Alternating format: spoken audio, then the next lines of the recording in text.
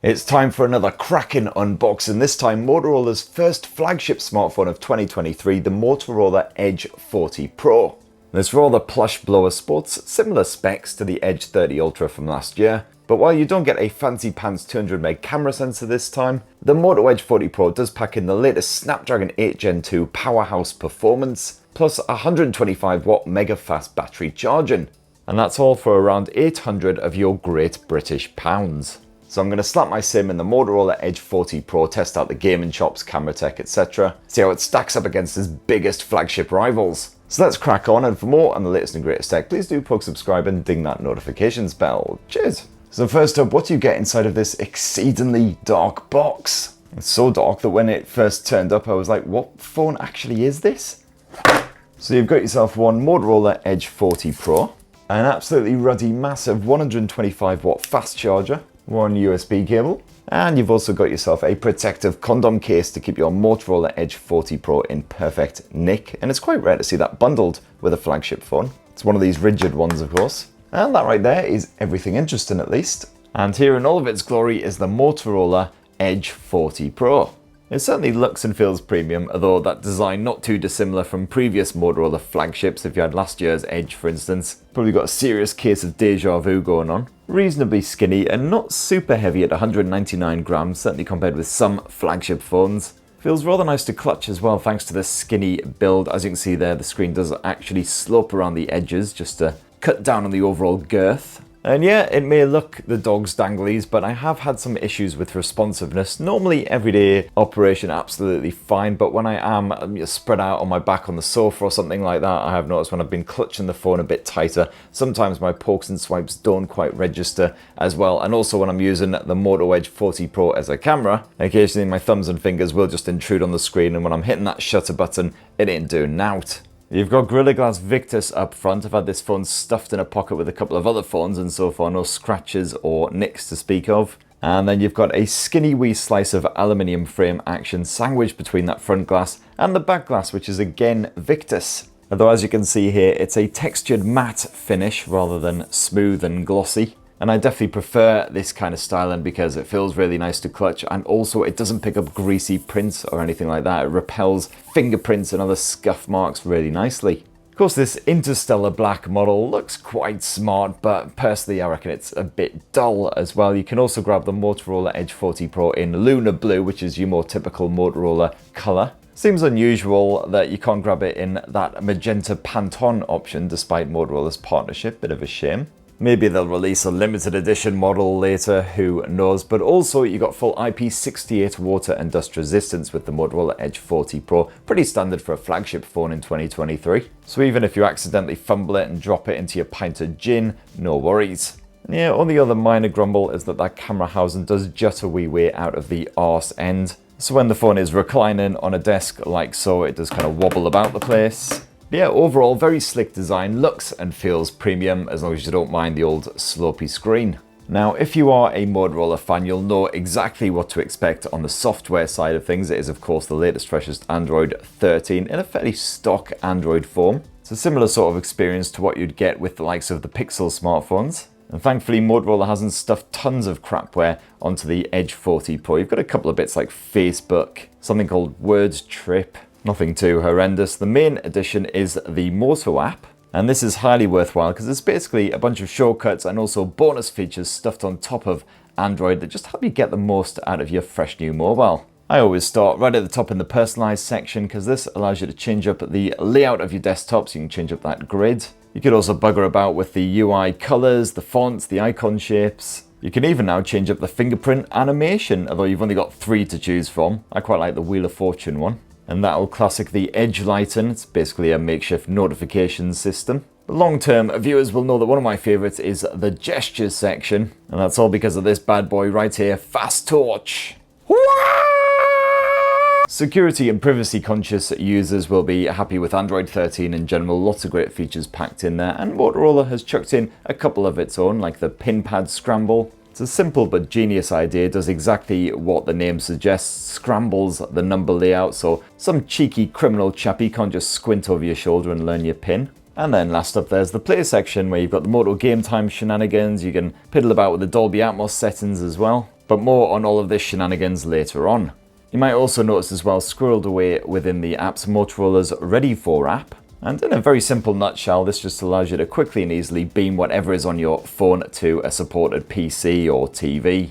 So let's just quickly get this on the go for my telly. Just give it a few seconds, and if your TV is compatible, it will pop up in the wireless section. And then as you can see there, you get a message, do you accept the connection? You got a choice of controls. You can either use the screen of the Motorola Edge 40 Pro as a trackpad, otherwise you can use it as an air mouse. Air mouse, of course, sounding like a particularly awesome 80s kids cartoon. So hell yeah, let's do a bit of that.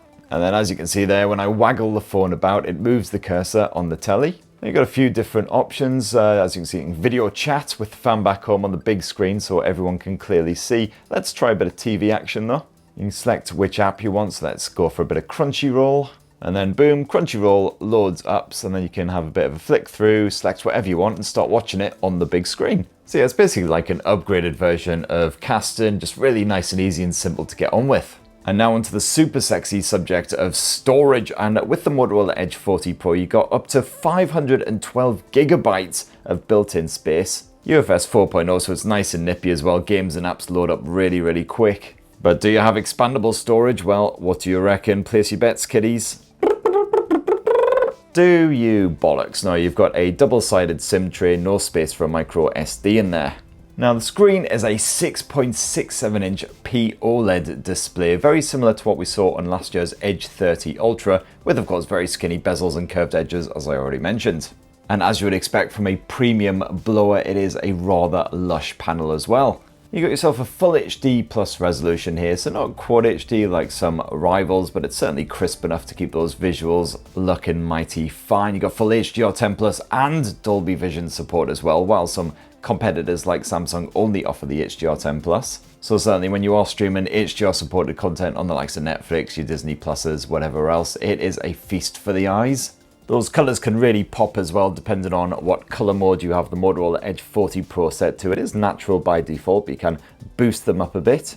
And that screen actually maxes out at 165 Hz refresh rate as well, which is one of the better efforts out there, certainly. Ideal for gamers who want to play in one of the small selection of supported titles. And at its peak, this screen can be boosted to well over 1000 nits, so absolutely no issues with outdoor visibility, even with the sudden and unexpected re-emergence of the sun here in Blighty. So overall, great stuff, and the audio is blasted out of a pair of stereo speakers. And again, this gets the thumbs up for me. Let's just check it out. Hello kiddies, bit of a change of set for this week's TSW because your Uncle Spurt is reporting from Korea. The south one that is, not the terrifying as north one. That place looks almost as bad as Middlesbrough.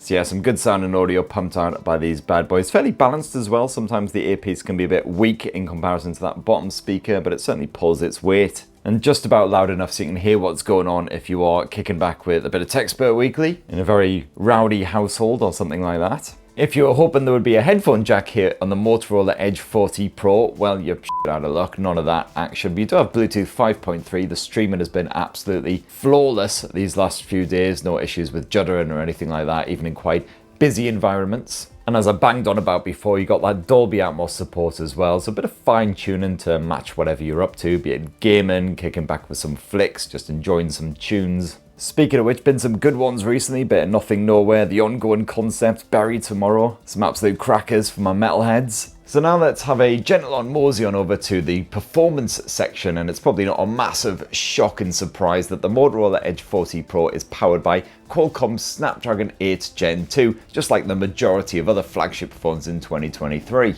That's backed here by up to 12 gigs of DDR5 RAM, which is what I've got here on my review sample. And as you can see there, really strong Geekbench 6 scores, especially that multi-core score topping 5000. Some serious crotch thrusting action going on there. And so yeah, as you would expect, your everyday shenanigans is creamy smooth here on the Edge 40 Pro. And gamers should enjoy blazing their way through the likes of Genshin Impact and other memory-guzzling Android titles as well. When I did start playing Genshin Impact on the highest detail settings, I did notice the frame rate was a little bit unstable. Must have just been a case of early nerves though, because it quickly settled down and it was absolutely fine after that. Nice fluid bit of action. The screen is responsive. I didn't have any issues with the fact that it was curved at the very edges. And while the back end of the phone certainly got a little bit toasty after I'd been gaming for more than about 30 or 40 minutes, it didn't seem to impact the performance again.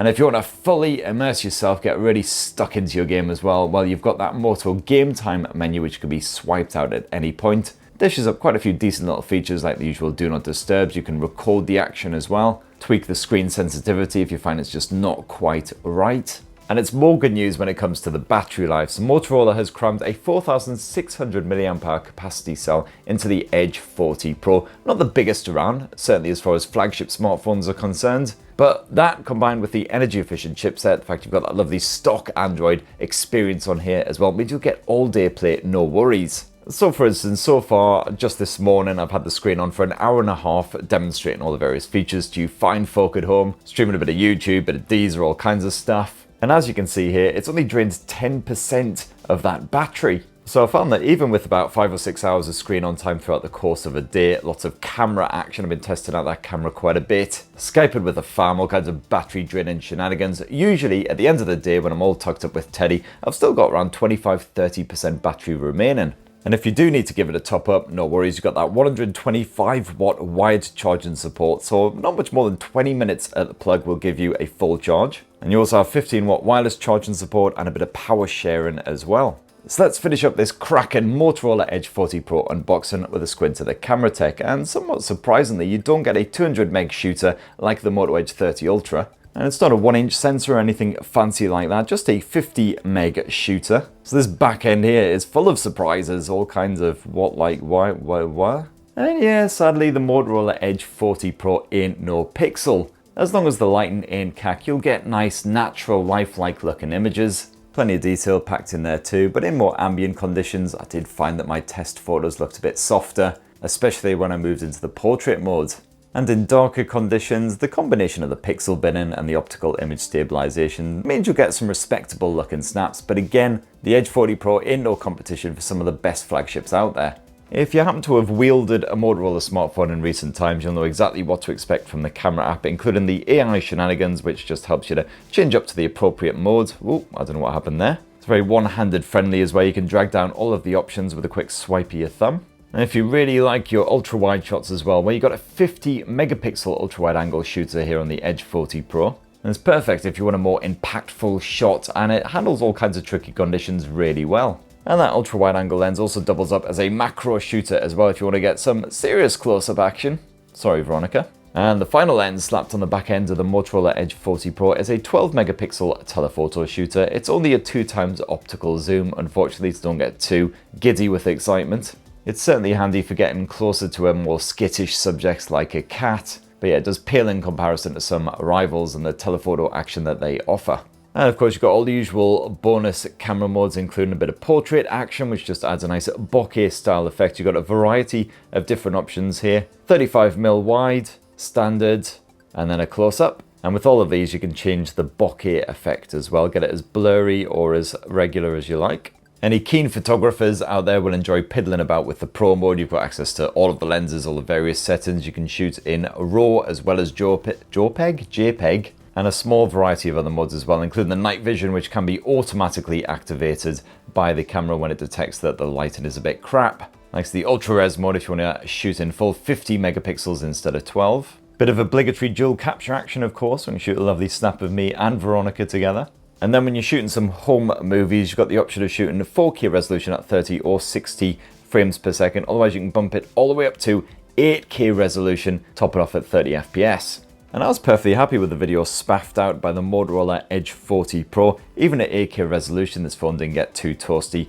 Most of my home movies were shot at 4K resolution with crisp visuals. Audio pickup was okay. Could certainly be a bit stronger at distance. But the stabilization worked well, and certainly just for capturing some of those family memories, Edge 40 Pro will do the job. And then the final camera lens here on the Edge 40 Pro, if we flip to the front, is a 60 meg effort. So certainly if you are well into your Instagrams and all that, you'll be loving this phone. Naturally, you've got all of those portrait shenanigans, again with adjustable bokeh action. And you can even have a play around with the Pro controls in that selfie mode. And here's just a small selection of selfies I snapped over the past couple of days. I'm not really a selfie fan, but if you do love sharing your mug with the entire world, well, you'll be right at home here. And if you want to do a bit of vlogging action for the YouTubes or whatnot, well, the good news is you can capture up to 4K resolution video footage using that selfie cam here on the Motorola Edge 40 Pro at either 30 or 60 frames per second. Although I have had some complaints when I've been Skyping with the fam, etc., that the mic wasn't doing a particularly good job of picking up my voice, so I did have to talk quite loud. And that right there, in a lovely wee nutshell, is the fresh new Motorola Edge 40 Pro flagship smartphone. About 800 quid here in Blighty, and certainly if you're after a flagship with a more stock Android vibe similar to the Pixels, but for some reason, whatever, you don't want the Pixels, this will certainly do the job. Certainly the performance is better than those Pixel phones, courtesy of the Snapdragon 8 Gen 2. The battery life is fantastic. I really like the media chops on this thing as well. And it's just the camera tech that isn't as good as your Pixels and your Galaxy S23s and your other flagship options. So it'd be great to hear what you guys reckon of the Motorola Edge 40 Pro down in the comments below. Are you tempted by one? Do you think the Pixel just about ekes it out? Please do poke, subscribe, ding that notifications bell, all the usual YouTube jazz, and have yourselves a really wonderful rest of the week. Cheers!